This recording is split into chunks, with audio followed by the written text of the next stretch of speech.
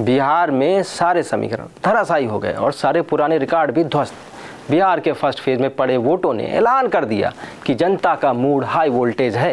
कल तक बिहार का प्रशासन जो नीतीश कुमार की माला जप रहा था, आज बीच बचाव में लगा है। उसे नहीं पता कि कल को प्रदेश की सबसे बड़ी कुर्सी पे कौन ही महाराज काबिज होने वाला है, तो आज ही अपने हाथ समेट के बैठ गया है।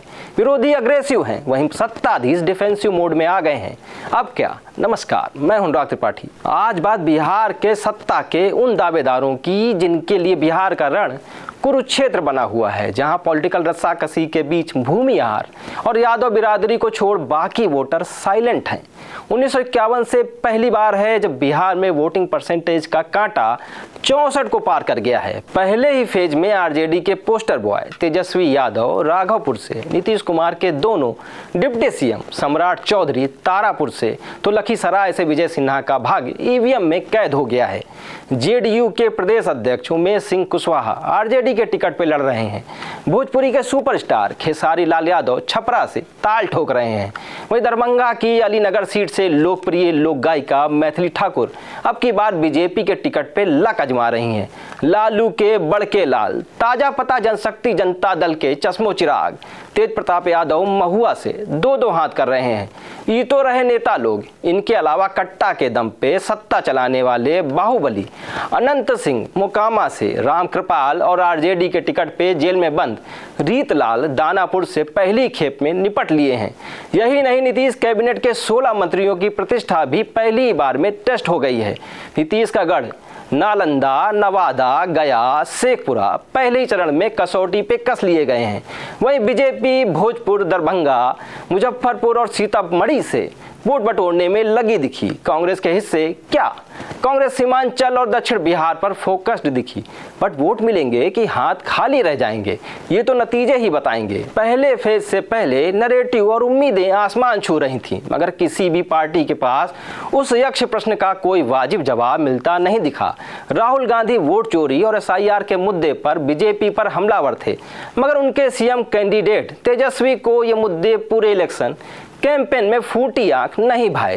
तेजस्वी का पूरा कैंपेन बेरोजगारी, महंगाई, पलायन के ही इर्द गिर्द परिक्रमा करता रहा। बीच कैंपेन में मोदी ने अपने बिहार के सिपह सलार नीतीश कुमार के लिए खजाने खोल दिए। महिला वोटरों को अपनी ओर रिझाने के लिए 10-10 हज़ार रुपए बांट दिए। इसका असर विरोधियों पे इस कदर हुआ कि ऐन वोटिंग से 3 दिन पहले तेजस्वी ने महिलाओं से वादा किया कि हम अगर सत्ता में आए तो 30-30 हज़ार की एक मुश्त राशि की सौगात दे देंगे। ये हड़बड़ाहट क्यों? क्या तेजस्वी का डर एंटी इनकम्बेंसी से ज्यादा गहरा है?